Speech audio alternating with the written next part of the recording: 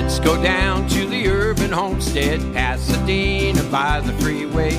Right down there on the Urban Homestead, Jules and his family are working away. Come on down to the farm in the city, back to the future, back to the plan. Right down there on the Urban Homestead, loving the life back into the land. Oh, oh, oh, help the garden grow. Singing, oh, oh, oh, we've got to help the garden grow. Welcome to the Urban Homestead Radio. We are your hosts, Anais, Justin, Jordanne.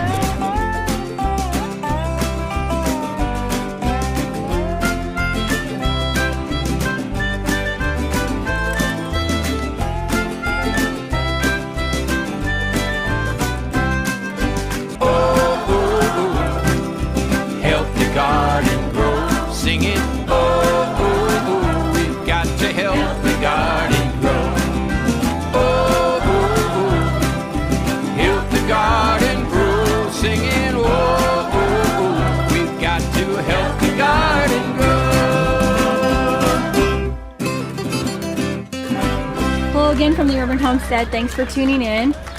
Today we have a special guest, Elizabeth J. Kwan, who recently won Miss California, United States 2017. Hi Elizabeth, thanks for joining us today. Hello, thank you so much for having me. Great, so we showed you around the homestead.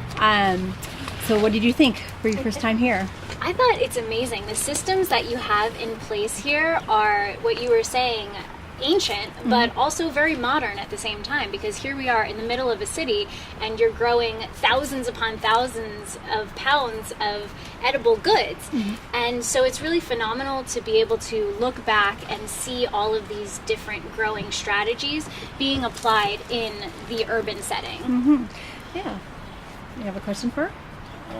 farming or farming? I know you spent Earth Day with Food Forward. We're very familiar with that local organization. Yeah, we really, posted a couple of them. Yeah, we've actually partnered with them a couple times.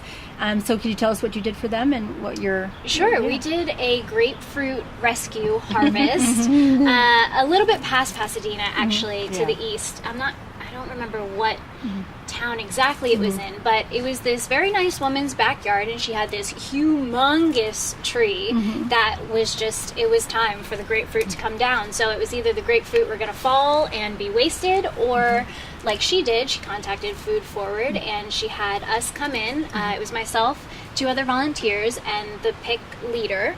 So 4 of us total, and I think we got about 600 pounds of grapefruit off of that single harvest. And that was my first time using one of those like long sticks that grabs them, and you know, you got to yank it off, and there's definitely a technique, so that was really fun. You could have seen me up there in my ladder, like still using this 10-foot pole to get this stuff on the top of the tree. So that was amazing, and I'm actually considering going back to Food Forward and volunteering with them. I believe they have another harvest rescue in a couple weeks. So I'm looking what they forward. do with the 600 pounds of grapefruit? They went ahead and donated it. Yeah, so they donate to like people in need, food banks and stuff like that. Yeah, exactly. Because there's a lot of people who have a lot of fruit in the backyard and they actually can't do anything with it. Yeah. So it's really nice that people, you know, if you're older, you can actually call someone and have them pick it. Yeah. And that way it doesn't go to waste. And then it keeps people's backyards cleaned as well. And she was nice too, because she's like, leave me like 10 or so grapefruits on the tree. Leave me some of that low-hanging fruit, but take the rest, make a donation. Yeah, we're blessed that in California, it is a heavily, there's so much produce in people's backyard, not produce, but fruit and produce too, in people's backyards, and it's just, it goes on, some people just can't use it because it's too much. So and here in Pasadena as well, this is one of the Tree City USAs. So I know about that, but I don't know too much about that. What does it mean to be a Tree City USA?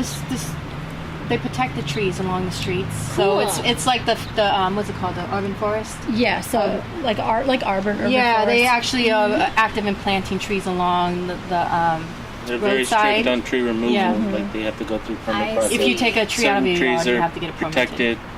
You can't, unless it's safety or hazard, you can't remove certain oaks or some protected native trees and stuff like that. So I think the policy is if a tree is removed off the street, one has to be replaced. They can't. If one is diseased, then they have to take it out. It's by law, you have to replace the tree. See, now I love that because and I have a story from a couple weeks ago. I'm sitting in my apartment, and we're right by Universal Studios there in Studio City, a little bit up into the mountains there, so we have some growth.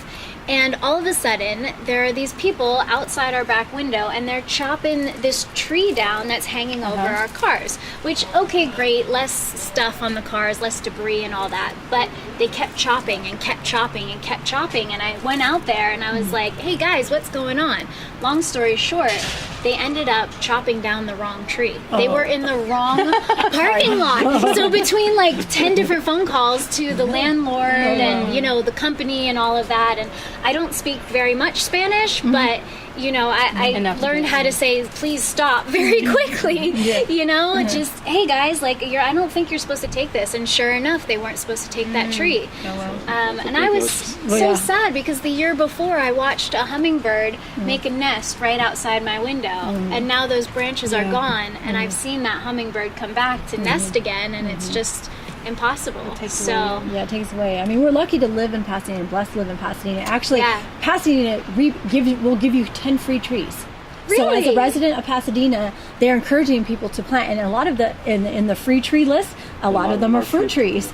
So they're encouraging people to plant trees that not only for the environment, for shade, to natural habitat. Yeah, so they have a shade tree program. Their limit is 10 per resident. And you buy a tree, and then they'll give you a rebate for it. So that's they're trying to promote. Man, how do we get Studio City on Tree City USA? Actually, tree people. Really? Tree Okay. people. Contact them. Okay. Yeah. Love He's very Eucalyptus? He's been doing it for almost 30-40 years maybe, of just planting trees throughout Los Angeles. So they're always looking for places to, and they have volunteer programs too. So Tree people, I think I've heard it. Is that in Topanga Canyon? Yes, it is. I have heard of that. Okay, great. Well, tree people, here I come. For your next project, right? Yeah, right? So I was curious to learn about like the platforms you're standing on in your campaign. Sure. So my platform is Redefining Beauty. It's 2017. Everything is changing when it comes to beauty. You know, when I was growing up in the 90s, it was the 6 foot tall, skinny as a rail, supermodels. Yeah, exactly. But as you can see, and for people that can't see me, but they're going to visit my social media, you will see that I am a statuesque 5'2".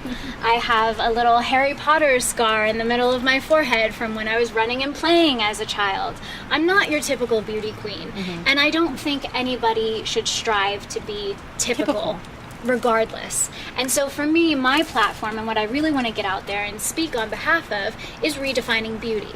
What does beauty mean to you? How do you find your own beauty?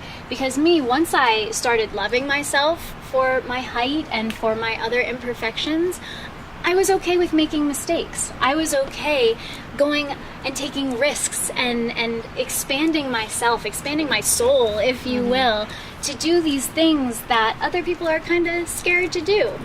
I never thought I was going to be a beauty queen, but 3 years ago I started competing, and people were really starting to respond to having someone up there that wasn't the typical that they could relate to, and say to themselves, hey, I guess I don't need to be super tall, I don't need to be this, I don't need to be that.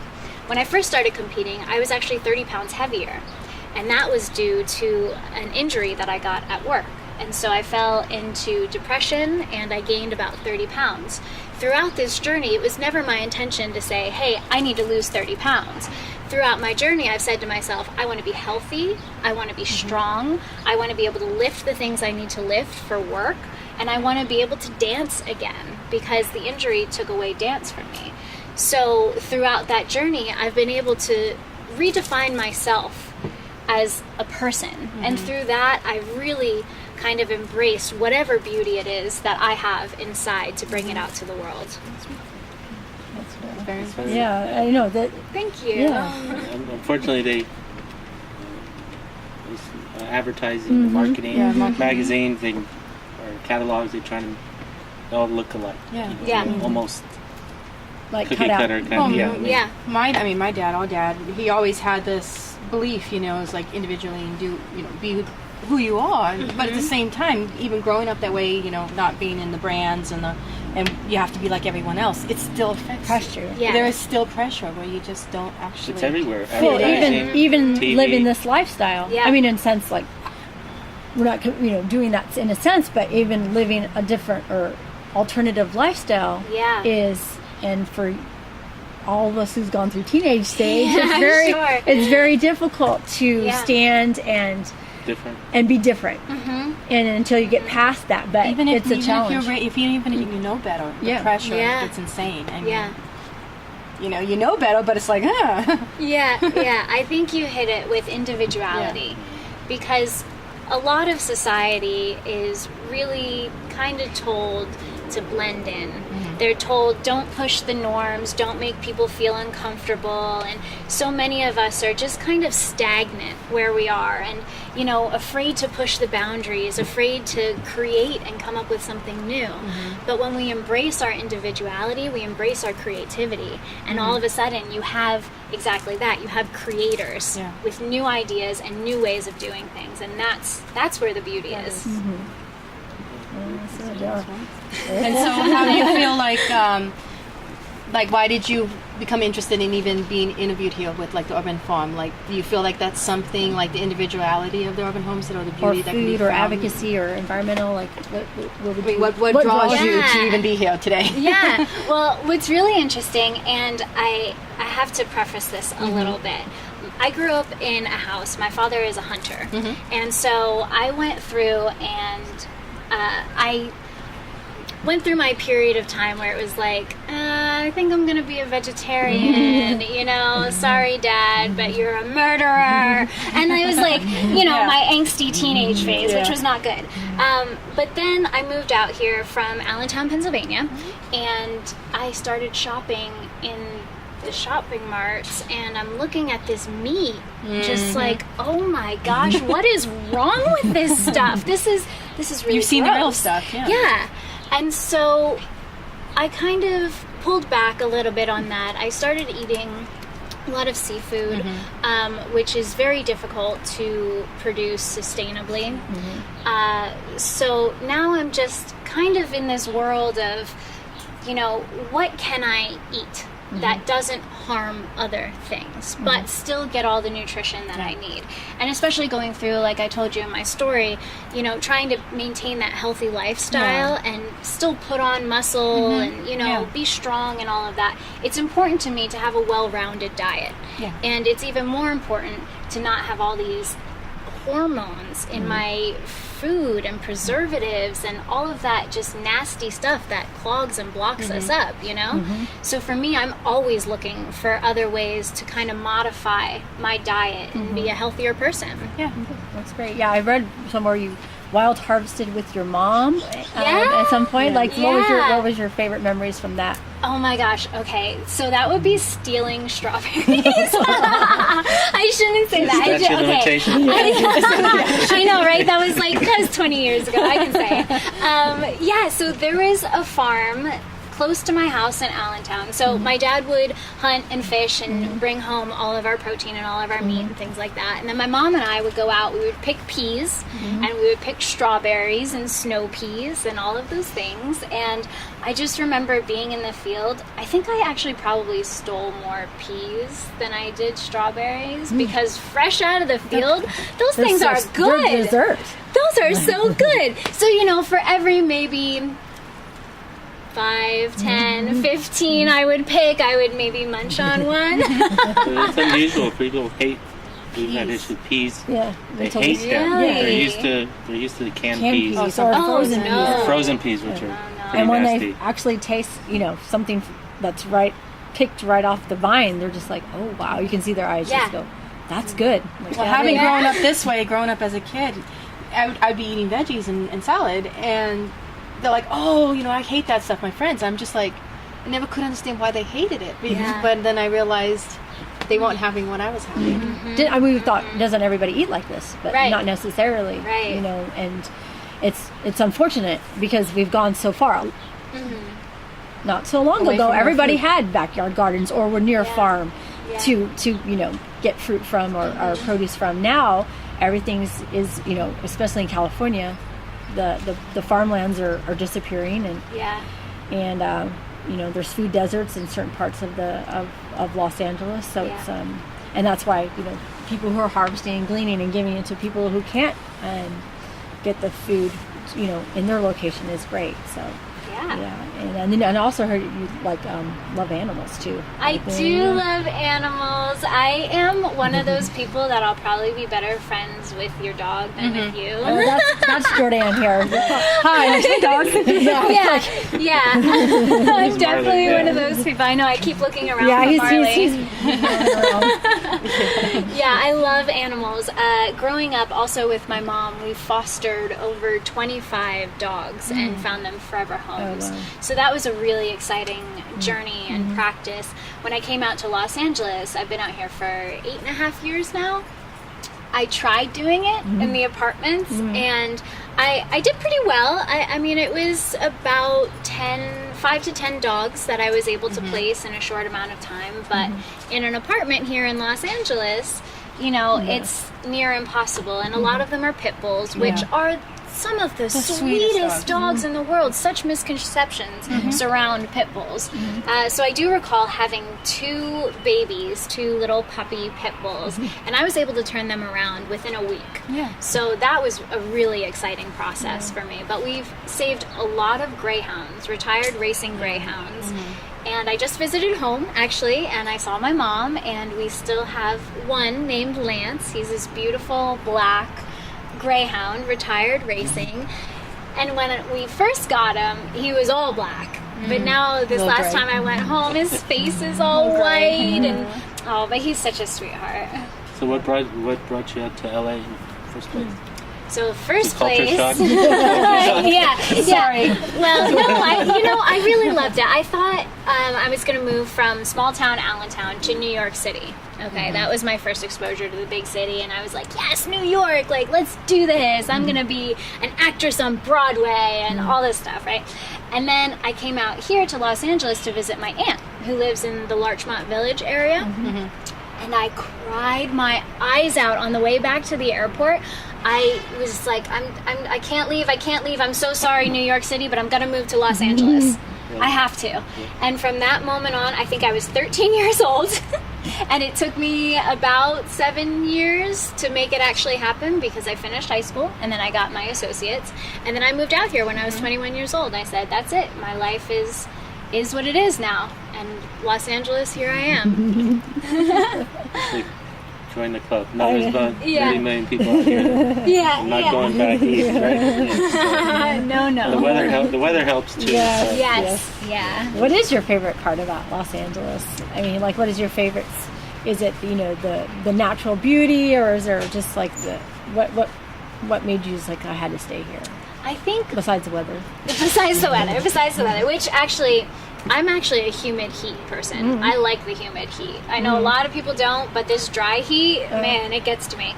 But what I do like, that's what I don't like. What I do like, and actually really love and appreciate and give a lot of credit to where I'm at now, is the opportunity that Los Angeles holds. I believe that you can come out here and be free to do whatever you want. If I wanted to pursue pageantry in Pennsylvania, I had no idea where to start. My pageant career here in California started with a Craigslist ad. I kid you not, of all things. I was looking for castings, and it was like, Miss California USA, we're looking for contestants. And I kind of putzed around a little bit. Like I said, I was 21 when I first came out here. And 26 at that time was the age that you age out of the Miss USA system. And so I got to be 26 years old, and I was like, oh man, if I don't do this, I'm never going to have an opportunity to do this. So whatever, I'll just try it. I'll buckle down. I'll get it done. And I went into the orientation, and I was so surprised because, the layman's person view of pageantry can be very off. They have a couple things that they can draw their opinions from, and none of them are all that positive. So when I went in there, I was bracing myself. Oh gosh, this could be bad. This could be good. I'm not sure. But I walked into the room and I realized, oh my gosh, this is the sorority I never had. these women are so driven, empowered, supportive, and loving. And I said, you know what, this is it. I have to do this. I have to be in this space. And from there, it just expanded. A couple directors contacted me. I had no idea there were pageants above the age of 26. And so I started finding about all these different organizations. And now finally here I am with the United States National Pageant Organization, and I am so happy to be with them because they care so much about community involvement, your platform, and serving. So that's why I'm excited to represent California on the national stage in July. So yeah, you're going for Miss USA? Miss United United States. States. Yep, Okay. Miss United States 2017. Okay, when is that going to be like your big thing? Like what months? Yeah, that's the big thing. So I'll be going out to Orlando, Florida. Okay. In maybe like the last couple days of June, get Okay, myself so settled. it's coming up. All right. Yeah, just a couple weeks, and then the final competition is on in- July 8th. Okay, well, we'll pull for you a little bit. Thank you very much, and I'm sure you'll be able to I'll find it Yeah, I'll somewhere be there, streaming yeah. online for sure. Good, I'll make a note of that. And like I said, so you have, and you said about your platform was, redefining beauty and things like that. So, along with your, competing, are you planning, or what's your future? Are you planning on continuing a particular message, or is there a movement that you're passionate about that once these are over, if this doesn't, work out, what are you going to, focus on? Yeah, so for me, I have a habit of not focusing on one thing at a time. Which is okay. I think we're all there. Spinning many plates. It's good, right? Yeah, like at the Master of circus none, with the plates, and you have a whole bunch of them. Yeah, totally. So for me, I love the entertainment industry. Well, let me say that again. I love and sometimes hate the entertainment industry, but my negative experiences within the entertainment industry have prompted me to really take it and make it what I want it to be. So for me, I love developing concepts for shows, especially reality shows. My dream career, the be-all, end-all, pie in the sky, is a cultural dance travel series. And so that to me is really exciting because I was raised as a dancer. I started ballet when I was 3 years old, and I truly believe that dance is our original form of communication.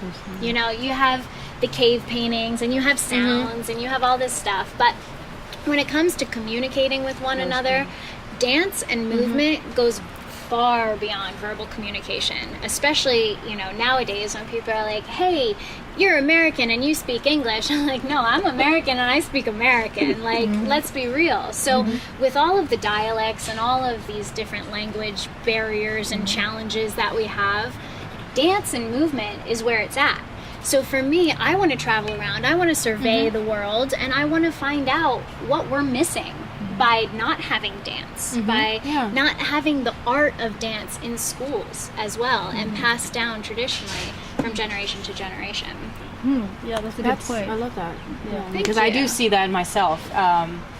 How dance was part of communication. When you look at all the primitive tribes, it was things meant something to them. Was the way they moved. Yeah. And what is American dance? No, it's a mix. Yeah. I mean, what is, if you're from English Pennsylvania, technically America's so big, in different regions. Well, Yeah, it it's also kinda- was by decades. and Yes. generations. Different dances meant different things. Yeah. and different seasons. Yeah, exactly. So in Pennsylvania specifically, there's a lot of kind of informal court dances. So you have things like the maypole and all of that the immigrants brought over when we first, founded the country, when Europeans first founded America.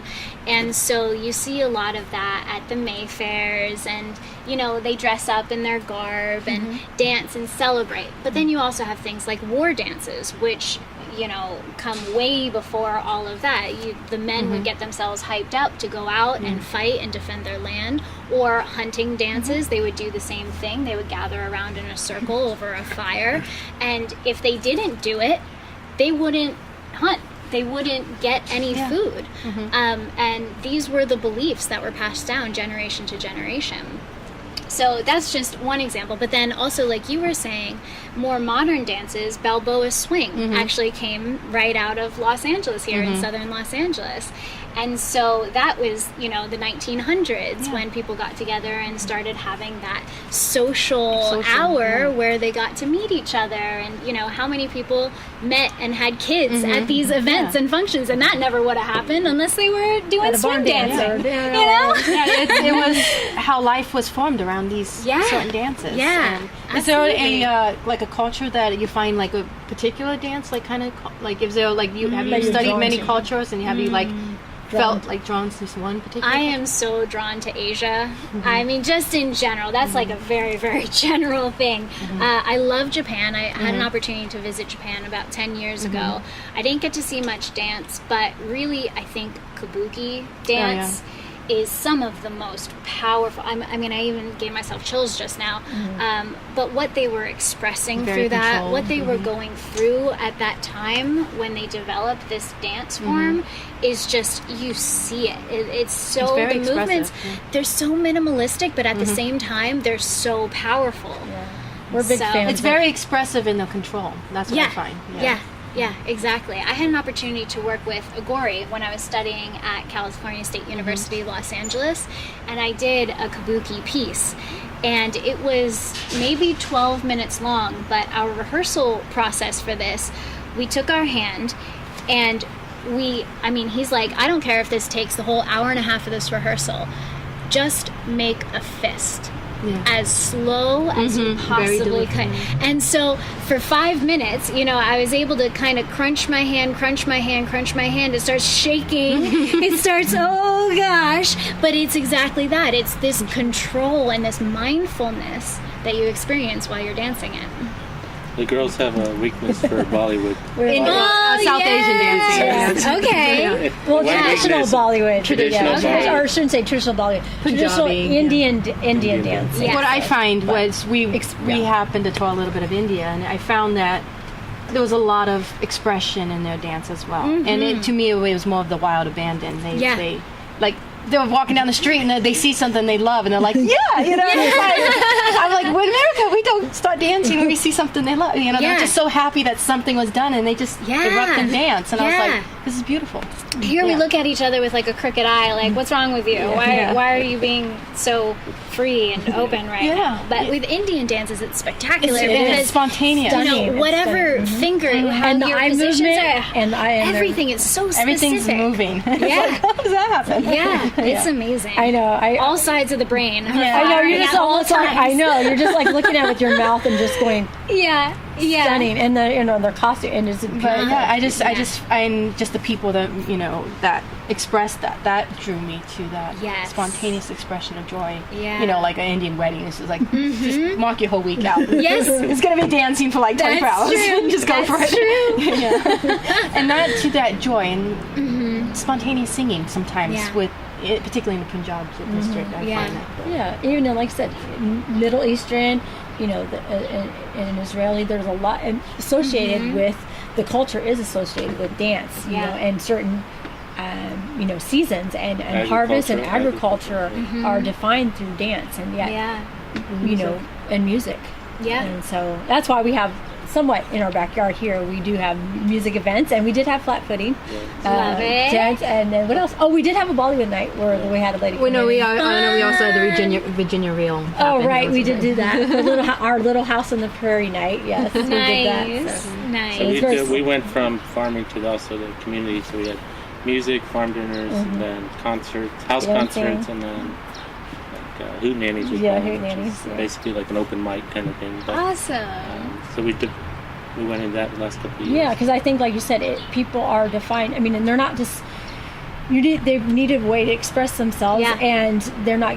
Some people are not. You're just plugged in. You're you have it in where you can have it in somebody's backyard, and in like a picking party or whatever, and see music in its organic form or dance in its organic form.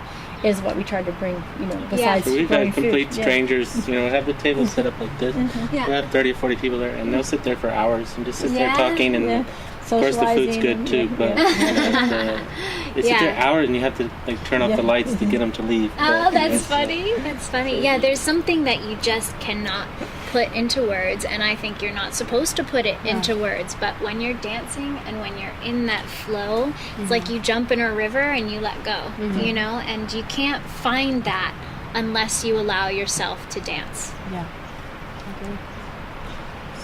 So you also have I understand you're doing, we talked about it before a little bit, production company or a film or? So actually I am co-creator of 2 production companies. The first is Baby Moo Cow Studios, which actually Canyon is co-owner of as well. And together we are focusing on feature films. So we're in development of a couple feature films. The most far along one we're on is called Venus, and that's about 3 girls that go into the desert on the extraterrestrial highway and are looking for something mysterious, whether it be an alien, whether it just be a fun road trip for girls. Who knows? But what they find, now that's a different story. So you'll have to check back in a couple years for that. Yeah, and then my production company that I own on my own, that production company is focused primarily on narrative feature films. I love the docu-reality stuff, so I'm developing my own production company that will house all of those things. For example, the Dance Doc Travel series, a Redefining Beauty series as well, because it's mysterious to me how we can go to all these different countries. And I've spent some time in Sri Lanka. I kid you not, on the shelf in my hotel in Sri Lanka is what is that? Biore, right? Or pores or something, whatever. Yeah. So in this bottle of face moisturizer is whitening. Yeah, it's all about white skin. And I don't, it's amazing because I go over there with my tan, you know, and they're like, you know, it starts washing off and they're like, oh my gosh, you're so beautiful, you're so white. And I'm like, well, you're so beautiful, you're so bronzed, you know? So for me, I think there's a lot to travel around the world and say, hey, it doesn't matter what you look like. It doesn't matter what size you are or what skin color you are or, you know, what social standing you have. And, you know, it doesn't matter. As long as you love you, you're beautiful, you know? Yeah, that's a marketing thing with beauty is and like that. Yeah, I mean, what do you think? Yeah, white is better, but unfortunately. Yeah, even with food, you know, white bread is supposed to be better. White sugar, white thing. Yeah, everything, you know, but it's, you know, everything. It's like all the different colors. You know, there's not only orange carrots. Right. And there's not only white potatoes. Right. There's many colors out there, and not even yellow corn or white corn. There's so many other colors. The original carrots weren't orange, and the original corn wasn't there. Yeah, so. I know. Yeah. Unfortunately, there's a lot of pressure on that. It's all about conformity. They want everybody to be all the same, and I know about the white. You know, everybody wants the skin whitening is a big thing in India as well. It's you know, they want, to them, beauty is simply to be the whitest you can. Yeah. And I'm like, some of the most beautiful women, I'm looking at them, I'm like, really? Yeah. I mean, you really? Wow. Okay. You know, yeah. I don't know. Like I said, I mean, what would you tell? Because, like I said, you had the issue too, and we all have that issue. What would you tell young ladies or women out there, and anybody in general, just like, how can we stop from having that pressure of having to conform and feeling the pressure, even though perfection. And we all feel it. I mean, even to like, still, I mean, we can say that, but then you look at it and you're like, well, you know, I've gone to places and I'm like, wow. You know, I kind of don't fit in, you know, and it's like you start to, you look at yourself. Yeah, I'm like, I shouldn't really be here, you know, because I just don't fit in. It's also the perception of perfection. Yeah. Yes. Yeah. So for me, I still struggle with perfectionism. I do. I really do. I just feel like I can always be doing better. And I realized very quickly that each moment sets you up for the next. And so as long as I'm doing the best I can in this moment, I can pass that on to the next moment and I can build from there. I think that my biggest message to young girls is to compliment one another. Because when you and I mean, again, I struggled with this. I hated beauty. I despised it. I would see a beautiful girl in my high school or in my elementary school, and I would just get so scared and so fearful, and I can't do that, and I'm so jealous, and then I would remove myself from that, and then I realized, no, that's not what I have to do. I have to compliment them. I have to say, you know, you found something within yourself that you're proud of. Good for you. You know, you look beautiful today. Oh my goodness, you have a beautiful dress. You know, I may not be able to afford that dress, but I can appreciate it on you. Just every single day, give one person one compliment. It's the same thing as people talk about being grateful for things in your life, and how that just changes how we breathe and how we feel toward one another. It's the same kind of thing. Be complimentary to other people, because all of a sudden that girl, if you compliment her and you say, hey, you have beautiful eyes, she'll say, oh, okay, well, thank you very much. Or she'll be like, yeah, I know, thank you very much. Or, you know, she'll say a bunch of things. But when she goes home and she sits with herself in the mirror and she's looking, she'll say, wow, that girl went out of her way to give me a positive message. I can do that too. And all of a sudden, it's the butterfly effect, right? And then that goes to another person, that goes to another person, another. And all of a sudden, it's positivity that we're passing along instead of these negative feelings of jealousy and fear. It does make your day. If somebody compliments you, like, oh, hi. Yeah. You know, and then you do have a better attitude towards. Yeah. And guess what? When you smile, you're a whole heck of a lot prettier than when you're grouchy walking around stomping your feet. You know what I mean? So pass the smile on. That's good. Yeah. But it's, you know, women do, you know, they're kind of one of the hardest ones sometimes to be around. Like, women like to tear down. And that for me also growing up in a different neighborhood was, you know, women were the hardest for me to be around because I looked different, because this was it was a mixed race neighborhood, and I was a white girl, and so it was like being torn down all the time. It kind of made you feel a little bit like, you know, I didn't fit, but it's like you do have to build each other up. That means in the end, it's all up to us to help each other survive. That's right. You know? That's right. We're all in it together, and this is the other thing I tell people: this is not a ladder. This is a staircase. You know, there's not only room for one person at the top. There's room for everybody at the top, and you can all go at the same time holding hands if you want to. We lift each other up. We don't have to kick people off to get ahead. So it's competition sometimes. I mean, it can be brutal sometimes.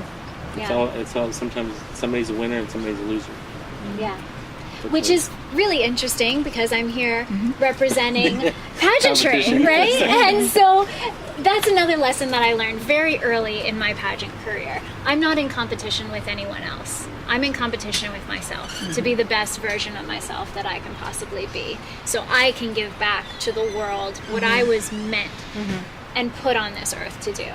And so I think that's another thing that's really important for girls and guys, boys, anybody, any human being on this earth. If you can hear me, you're not in competition with anybody else. You know, sometimes you're up against someone else for the job or the gig or whatever it is, but the only way you're going to get it is if you're truly you, and you bring something else to the table that no one else does. No one else is going to be able to tell what makes you unique, so you find it on your own and bring that, show that to the world. It's hard to people to understand. It is, because they're bombarded. From a young age. They're just bombarded everywhere. And it's just it's sad. And you know, I think we have the chance to change that. You know, and it's from my generation. You know, the catalogs or the magazines. It is breaking through. You know, the norm is a little changing, and people are more accepting of the different. And you don't have to be that. So do you feel with your entertainment company that you're going to actually take that on, like try to change how entertainment works a bit? Yes. I'm trying very hard to do that, and I have a disheartening story to share on that. So as I told you, Venus is a film with 3 female leads. And so Canyon and I were in office of a man I shall not name, but a Hollywood gatekeeper. And we're pitching him this idea, and we're so excited, and 3 female leads, and one of them can be a name if you need it to sell it, and distribution, blah blah blah, numbers, all that stuff. Got it, great, cool. But the story is about girls. It's about finding who they are. It's about, do they find an alien, or do they find out that they're just alien to themselves? There's a second level to this film. And he looks at me dead in the eye and says, well, I think we could really sell this if we change one of the leads to a man. And I have never had so much control in my life because I didn't say anything. That's why I have a business partner for this, and I let him handle that particular circumstance. And for me, I walked out of there and I just took deep breaths and I said, this is what's wrong, and no, I'm not going to change the lead to a man, because I'll go and I'll make this film independently, and then I'll make all the money without you. So there, and whether or not that will happen, and whatever. But the point trying is, not to compromise what you truly believe in. Absolutely. Yeah, I know. When was this? That was before or after Wonder Woman? This is before. Because I was like, now that, okay. Yeah, there's some really great things coming out now from Wonder Woman with such a powerful character and such an amazing performance by Godot. It's like, it's amazing. Well, maybe I'll think twice next time he says that. I hope so. Well, I'm glad you're doing that. I mean, generally standing on your principles and, not compromising on what you truly believe. Because, the entertainment industry is all about making you compromise to what they think you should do. And half of it is business, and half of it is just tradition. And you can't be mad at tradition. No. You can only educate those that are so blinded by their tradition that they're not living in the present, right? So once you're able to talk to those people and say, hey, actually, there is an audience for this. Here are the numbers. You know what I mean? Or hey, this person actually will bring in people at the box office. Because I get it. It's a business. I'm asking you for millions of dollars to help me make this. I get you don't want to lose millions of dollars. That makes total sense to me. But how can the formula be rearranged to make it work? Because it's not impossible. You just don't want to put in the energy to make it happen. But I, and people like us, it seems, are going to do that. We're going to be that voice worldwide to say, hey, you can do something else. You can stand up for what you believe in. And I think that especially the youth will hear that and will start becoming empowered at such an earlier age. Because for me, it was like finding this, I'm like mid-20s, I'm like finally comfortable in my own skin, and some people it takes their whole lives, so I was a lucky one. But watching this youth, man, if we could empower them, imagine what they would do, Yeah, we did that with a little bit of the project when Dad started, as everybody said it couldn't happen. Nobody does that. It can't be done. And it was just like, well, okay, let's at least just try it. And if I fail, then at least I failed to myself. Right. And so Dad really, he pushed the envelope. He kept... Well, yeah, it wasn't about competing with anybody. It was to compete against he wanted ourselves. To be the best. Yeah. One year, how did we do? The next year, how can we do any better? Yeah. And just keep track of we tried ourselves. to do like one major project a year, something that we added. Mm-hmm. Solar, biodiesel, animals, gray water. So we were competing with ourselves and just documenting it. But And it was all about, like with you and Beauty, it was like, everybody says you have to farm a certain way to feed people. Yeah. And he said, no, I think I really, can do something for me and my family and take control of what I feel is right for me. Yeah. we were talking about how things changed. We were homeschooled when it was illegal. So, but Dad was a math teacher, so he got away with it. Yeah. Vegetarian, we've been vegetarian for 20-something years, and back then it was pretty primitive. Primitive availability. Eat well like that. Yeah. Tofu and basically, So, and then now things are changing. Yeah. So it takes time. It's redefining, and what has been here is redefining the urban landscape. Yeah. It's seeing cities as something not as packing as many people in and making them like dead spaces. It's actually bringing it vibrant with life, and not only neighborhoods, but neighborhoods with neighbors, communicating with each other, which is wonderful. Less striving, more thriving. Exactly. Absolutely. And and they also said, and women in farming is growing a lot too. So that's great. They're finding it's a nurturing of the soil and the land, and for me, I do the animals, and it's all about holistic. And not only the cats and dogs are rescues, but now I'm rescuing chickens. Yeah. Because sometimes they get abandoned. And that the animal situation for me is very disheartening how it happens in the U.S. Yeah. How they're treated as commodity and not as individual. And at least your father, as a hunter, the animals lived a beautiful life. Yeah. And then he fed his family. Yeah. And we're vegetarians simply not because we think meat is murder and the angst thing. Yeah. It didn't happen that way. It was more of like the animals are not respected. Yeah. And we're not vegetarian for the reason of not eating meat. They have to have a quality of life. Right. And I actually believe hunting is, probably one of the most sustainable ways of if you had to eat meat. Right. Because the animal lives a beautiful, vibrant life that's full. Yeah. In the wild. Then you feed your family. Yeah.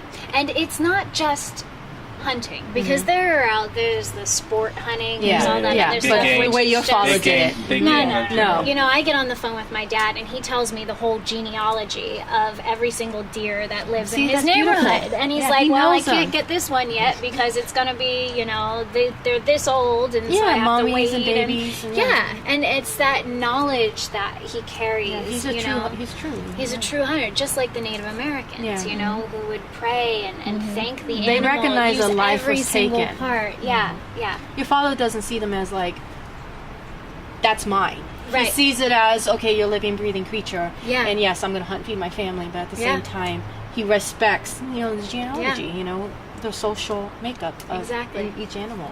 Exactly. So I was also curious about, you probably have a hectic schedule. How do you, if you're into like the organic food, how do you keep healthy? You said you were 30 pounds heavier. Yeah. How do you find, how do you keep healthy? How do you in a hectic schedule when you're running from this on the to that? On the go. I mean, we kind of get a little bit behind too. Or do you have any, or even natural beauty techniques that you do, or just like how do your regimen? I mean. Oh gosh, okay, that's a really good question. For me, I think it's really about personal development. I think what is in the inside is what is shown on the outside. So if you're spending not your whole day, but a part of your day working on yourself, reading, all of these things. I know I'm talking about like personal development, and you're like, how are you beautiful? I'm like, well, personal development. Because I really do believe that. I really do believe in taking time in the morning and meditating and reading and doing affirmations and, being motivated, watching positive videos and getting that positivity out to other people. If you spend your time doing that, you're already in the flow. Your body is in the flow, your mind is in the flow. It's energized to that point where you can run around and do all these meetings. You can still have time to go to the gym. And, as I was saying earlier, I am a dancer, but I never trained in weightlifting. That was the thing. And so actually, Canyon, my boyfriend, is phenomenal with weightlifting, and he got me in the gym, and that was really a turning point for me because I never thought I liked weightlifting until I started weightlifting, and then I was like, okay, we're going to the gym, right? It's time to go to the gym, right? And so for me, it's exercise, it's balance. 80% of it is your nutrition. Learning about macronutrients, micronutrients, vitamins, minerals, getting things that are not processed. If you get whole foods, that's a lot better for you because your body is going to break it down and it's going to use it for what it's meant to be used for. So if you're mindful of these things, I think it will show very quickly through your body. So how much do you weigh now? No. How much you press. Yeah, right? I'm getting up there. So, and anything else we want to talk about? I mean, like, so you're talking about whole foods and things like that. Do you like to prepare foods at home, or is there, are you a cook you're or whatever? funny. Are you getting my face right now? Yeah, you're kind of like, do I answer this or not? Okay, again, I have to give a lot of props to Canyon because he is the food preparation person in the house. At least you complete each other. Yeah. It's great because we work together, and it's great to have an accountability partner. So I give him all the credit when it comes to cooking and doing the research behind, the macro and micros and all that other stuff.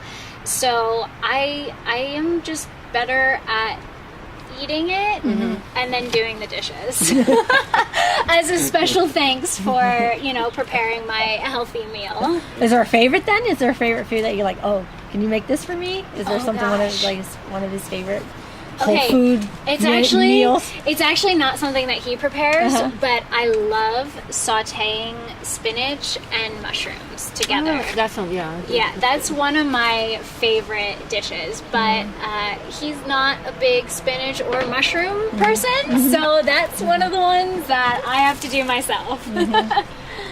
Okay. Yeah, it's good with mushroom and greeny lasagna. Yeah, exactly. But that's pretty popular. I make it with the. We have a New Zealand spinach, which is like a wild spinach. You can't get rid of it. Nice. So I have a question. After this interview podcast is over, do you want to meet and hold a chicken? Yes, of course. Yeah, we have that. I might have to take my sash off so it doesn't get dirty. Well, but yeah, they all have names, so you can meet Adele. Okay. And say hello. Great. To Adele. Hello. Hello. Yes, that's a point. And then the ducks, they're all hand raised and tame, and so they're pretty affectionate. Yeah. I don't know if I know what a duck kiss is like. They kind of do this little shimmy and give you hugs on your shoulder. Is that right? Yeah, Okay. And then they just little nibbles. They fill Yeah. their mouth. They use like their fingers. Yeah. They like nibble you like this, like little love bites. Yeah. I've definitely gotten bit by a Canadian goose before. Yeah, those they're kind of mean. They're kind of mean, but your ducks looked very sweet, so I'm excited to meet them.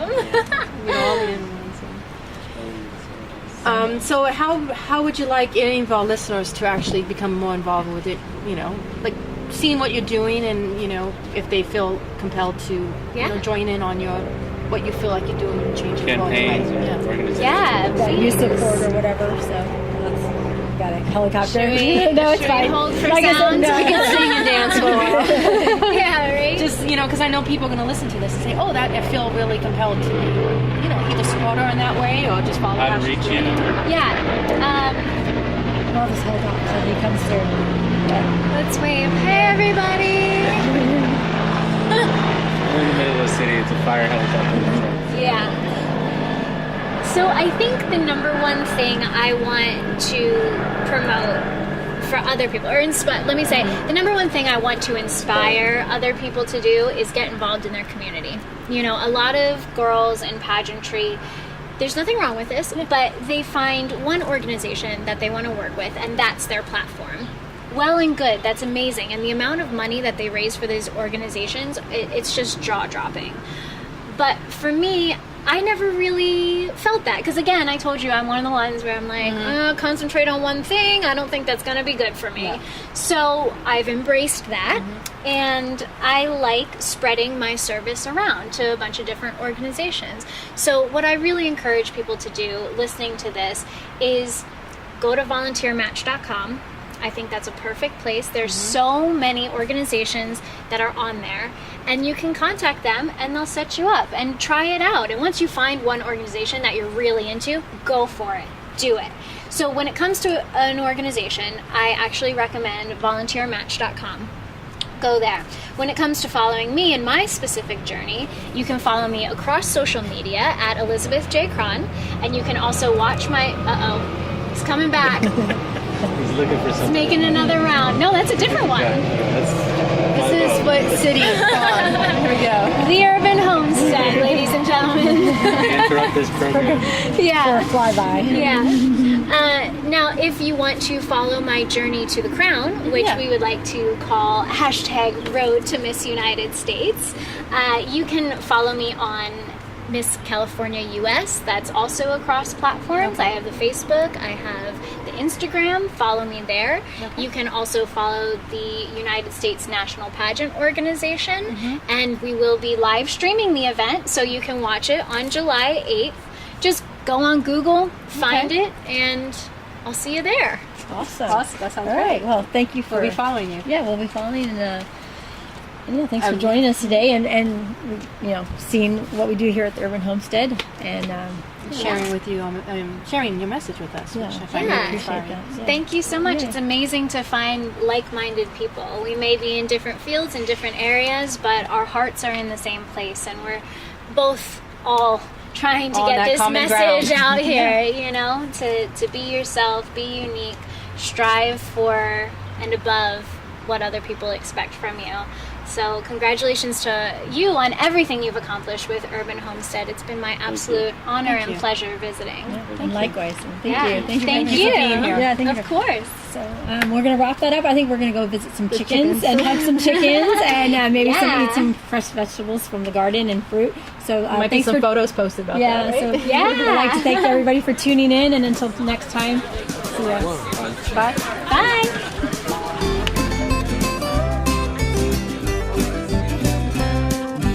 Let's go down to the Urban Homestead, Pasadena by the freeway. Right down there on the Urban Homestead, Jules and his family are working away. Come on down to the farm in the city, back to the future, back to the plan. Right down there on the Urban Homestead, loving the life back into the land. Oh, oh, oh, help the garden grow. Singing, oh, oh, oh, we've got to help the garden grow. The Urban Homestead theme song was written and recorded by Tom Fair. Thanks, Tom.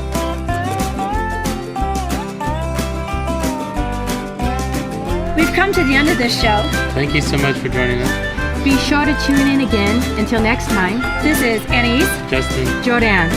Keep on growing. Oh,